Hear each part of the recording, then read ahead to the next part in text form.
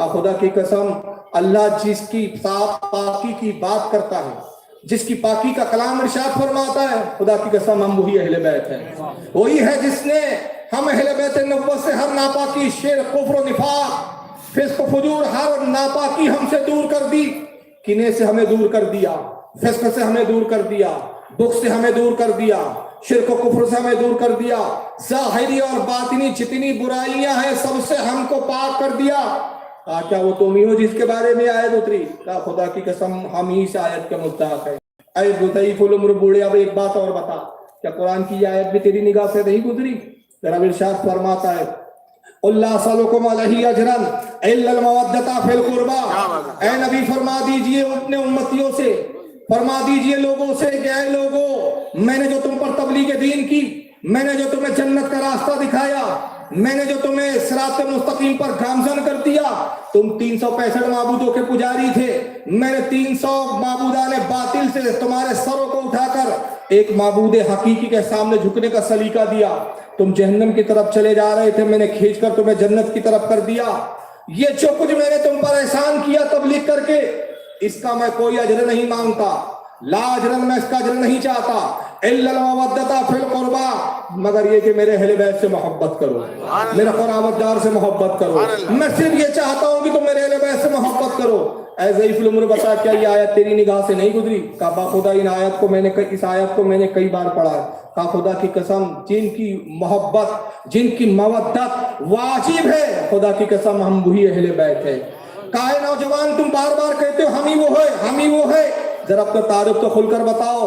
کہا ضعیف العمر, افسوس کہ تو میرے نانا رسول اللہ کو تو جانتا ہے, مگر کیا رسول اللہ کے نواسے حسین کا نام تو نے نہیں سنا؟ کیا تو نے رسول اللہ کے نواسے کے شہزادے زین العابدین کا نام نہیں سنا؟ کیا تو نے علی اکبر کا نام نہیں سنا؟ کیا تو نے علی اصغر کا نام نہیں سنا؟ کیا تو نے قاسم کا نام نہیں سنا؟ کیا تو نے عباس کا نام نہیں سنا؟ بوڑھا رونے لگا, خدا کی قسم یہ تو میرے نبی کے گھر والے ہیں. اے نوجوان تم کن کے نام لے رہے ہو؟ کہا بدبخت اب بھی نہ سمجھا, زین العابدین تیرے سامنے کھڑا ہے, وہ دیکھ نیزے پر حسین کا سر ہے, وہ دیکھ علی اکبر کا سر ہے, وہ دیکھ قاسم کا سر نیزے پہ رکھا ہوا ہے, وہ دیکھ عباس علمبردار کا سر نیزے پہ رکھا ہوا ہے. جیسے امام زین العابدین نے کہا وہ چیخ مارتے ہوئے رو پڑا, زمین پر گرتا ہے, پھر اٹھتا ہے, پھر سر پیٹتا ہے, پھر کھڑا ہوا امام زین العابدین کے پیروں کو تھام لیا. کہا شہزادے خدا کی قسم ان بدبخت یزیدوں نے ہم کو دھوکہ دیا. ہمیں تو کہا گیا کہ باغیوں کا گروہ آ رہا ہے, ہمیں تو کہا گیا کہ یزید امیر المومنین کے باغیوں کو لایا جا رہا ہے. خدا کی قسم وہ کیسے باغی ہو سکتے ہیں جو رسول کے گھر والے ہو؟ ارے تو رسول کے گھر آنے سے دشمنی لے, اس سے بڑا کوئی روئے زمین پر باغی نہیں ہو سکتا.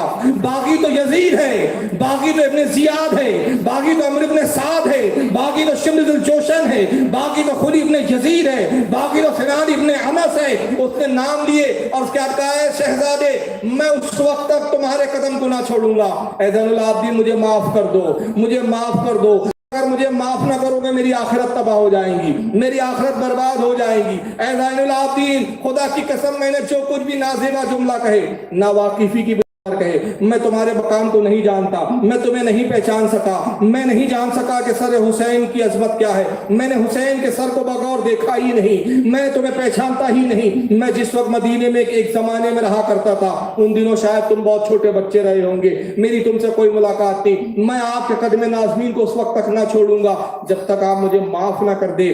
حضرت امام زین العابدین نے فرمایا اے ضعیف عمر بوڑھے, میں تو تیری زبان اور بولی سے سمجھ چکا تھا کہ تو ہمارے مقام اور عظمت سے ناواقف ہے. ہم اہل بیت ہے, کسی ناواقفوں کے جرم کی بیجا سزا نہیں دیتے, کسی ناواقف کو ہم پریشان نہیں کرتے, اس کے دعائیں ہلاکت نہیں کرتے. جا میں نے تجھے معاف کیا, میرے بابا حسین بھی تجھے آخرت کے دن معاف کریں گے. کہا نہیں زین العابدین یہ تو معافی کی بات ہوئی, خدا کی قسم میں نے وہ گستاخی کی اہل بیت کی کہ آپ کی معافی کے بعد بھی اللہ مجھے معاف نہیں کرے گا, اللہ مجھے جہنم میں ضرور ڈالے گا. آپ اپنی زبان اقدس سے ایک بار کہہ دیجئے کہ میں نے معافی نہیں کیا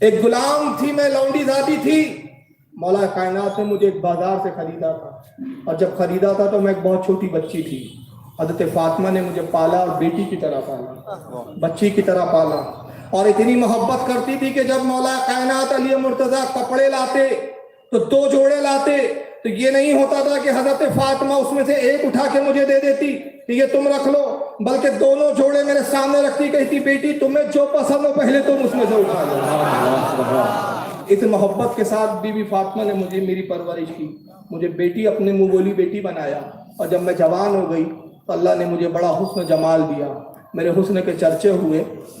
چنانچہ دمشق کے ایک بڑے امیر و خبیر شخص کا مجھے پیغام آیا، مولا کائنات نے بیٹی کی طرح میرا نکاح کیا، حضرت فاطمہ خاتون جنت نے میرے جہیز کا انتظام کیا، اور مجھے اسی طرح رخصت گھر سے کیا گیا جیسے گھر سے ایک ماں اور باپ کے گھر سے ایک بیٹی جدا کی جاتی ہے، ایک رخصت کی جاتی ہے.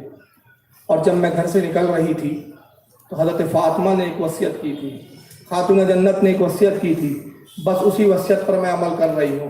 اور وصیت یہ کی تھی کہ تم بہت امیر و کبیر کے نکاح میں دی جا رہی ہو، اللہ تمہیں بہت مال و ثروت سے نوازا، اللہ نے تمہیں ایسا دولت مند شوہر دیا کہ جس کے پاس مال کی کوئی کمی نہیں. تو اے میری بیٹی، میری وصیت یہ ہے کہ جب تم دمشق میں جانا اور دمشق میں تمہارا قیام رہے تو تم ایک چیز کو اپنے اوپر لازم کر لینا، اور وہ یہ کہ جب بھی اس جگہ اس علاقے میں دمشق میں کوئی قیدی آئے تو ان کو کھانا ضرور کھلا دو. بس اس وصیت پر میں عمل کر رہا ہوں. جب بھی مجھے پتا چلتا ہے کہ کوئی قیدی آئے تو میں نہیں جانتی کہ ان کا جرم کیا ہے، میں اس کی تحقیق نہیں کرتی کہ ان کا جرم کا کیا معاملہ ہے، بس اپنے غلاموں اور کنیزوں سے میں کھانا بیچ دیتی ہوں. وہی میں نے آج کیا. حضرت زینب رونے لگتی ہے، اس کے بعد وہ کہتی ہے کہ آپ کہاں سے تشریف لائی ہیں؟ اور بڑی عجیب بات ہے کہ قیدیوں میں عورتیں بھی ہیں، آج تک جتنے قیدی آئے اس میں اکثر مرد ہی ہوا کرتے تھے، آپ نے ایسا کیا جرم کر لیا کہ عورتوں کو بھی قید کر لیا گیا؟ تو بی بی زینب روتے ہوئے کہتی ہے کہ اے نیک خاتون، جرم تو ہم نے نہیں کیا، خدا کی قسم مجرم تو یزید ہے، حقیقی مجرم تو یزید ہے، اس نے ہمیں باغی قرار دیا، جبکہ خدا کی قسم میرا بھائی بغاوت کے لیے نہیں بلکہ دین مصطفیٰ کے نظام کے نافذ کرنے کے لیے کھڑا ہوا، یزید کے فسق و فجور کو ختم کرنے کے لیے کھڑا ہوا، لیکن انہوں نے ہمیں باغی قرار دیا، اور باغی قرار دے کر ہمیں ہمارے جوانوں کو ہمارے مردوں کو قتل کیا اور ہمیں قیدی بنا دیا. کہا کہ آپ کا تعلق کہاں سے؟ پھر سوال کرتی ہے وہ آپ کا تعلق کہاں سے؟ کہا میں مدینے سے ہمارا تعلق ہے. کہا کہ آپ مدینے میں رہتی ہے تو یقیناً حضرت فاطمہ کو تو جانتی ہوگی. حضرت زینب نے کہا خدا کی قسم فاطمہ کو مجھ سے زیادہ کون جانتا؟ کہا بی بی پھر آپ جب حضرت فاطمہ کو جانتی ہو تو کیا بتا سکتی ہو؟ جس وقت میں جوان ہوئی میرا نکاح ہو رہا تھا، خاتون جنت کے 2 شہزادے تھے چھوٹے چھوٹے جن کو میں کھلا دیا کرتی تھی. ایک شہزادی تھی جس کے ساتھ میں کھیلا کرتی تھی، اپنے ہاتھ سے میں کھلا دیتی تھی، اس کو میں نہلا دیتی اور کپڑے پہنا دیتی تھی، بڑی خدمت کرتی تھی، بڑی خوبصورت سی شہزادی تھی جو میری گود میں کھیلا کرتی تھی اور جھولا کرتی تھی. کیا تم بتا سکتی ہو کہ فاطمہ کی شہزادی کا حال کیا ہے؟ فاطمہ کے ان 2 شہزادوں کا کیا حال ہے؟ بچے سے ہی اس نے سوال کیا بھی حضرت زینب ضبط نہ کر سکی، بے قابو ہو کے دھاڑے مار کے رونے لگی. کہا بی بی جس بچے کے بارے میں تم پوچھ رہی ہو تم نے تو بچپنے کے عالم میں دیکھا تھا، وہ زمانہ ہو گیا، وہ تو جوان بھی ہوئے اور بوڑھے بھی ہو گئے. دیکھو ایک شہزادہ حسن تھا جسے زہر دے دیا گیا، اور ایک شہزادہ حسین ہے جس کا سر نیزے کے اوپر رکھا ہوا ہے، اور وہ بیٹی وہ زینب جو تمہاری گودوں میں کھیلتی تھی وہ کوئی اور نہیں میں ہی ہوں. جیسی اس بی بی نے یہ جملہ سنا، حضرت زینب کی طرف دیکھا، گلے مل کر روتی ہے اور چیخ مارا، وہیں گرتی ہے، روز کے کفے انصری سے پرواز کر گیا. اس کا بھی انتقال ہو گیا. یہ لشکر پھر یزید ملعون کے دربار میں پہنچتا ہے. وقت کی بڑی قلت ہے ورنہ بہت سارے اور بھی درمیان میں واقعات ہیں، لیکن وقت اجازت نہیں دے رہا ہے. جب دربار یزید میں یہ قافلہ پہنچا، بڑے بڑے علماء نے، امام احمد ابن حنبل نے، امام ابو یعلا نے امام احمد ابن حنبل کے حوالے سے لکھا کہ ایک روایت یہ نقل کی امام احمد ابن حنبل کے حوالے سے، اور امام ابن جوزی نے بھی اس کو لکھا ہے کہ اس وقت جب سر حسین یزید کے دربار میں آیا تو یہ بدبخت شراب پی رہا، اور اس نے کچھ اشعار کہے. میں وہ سب چیزوں کو چھوڑ رہا ہوں، بڑی تفصیلات ہیں یہاں. اس بدبخت کے سامنے سر حسین کو اسی انداز میں رکھ دیا گیا جس طرح ابن زیاد کے سامنے رکھا گیا.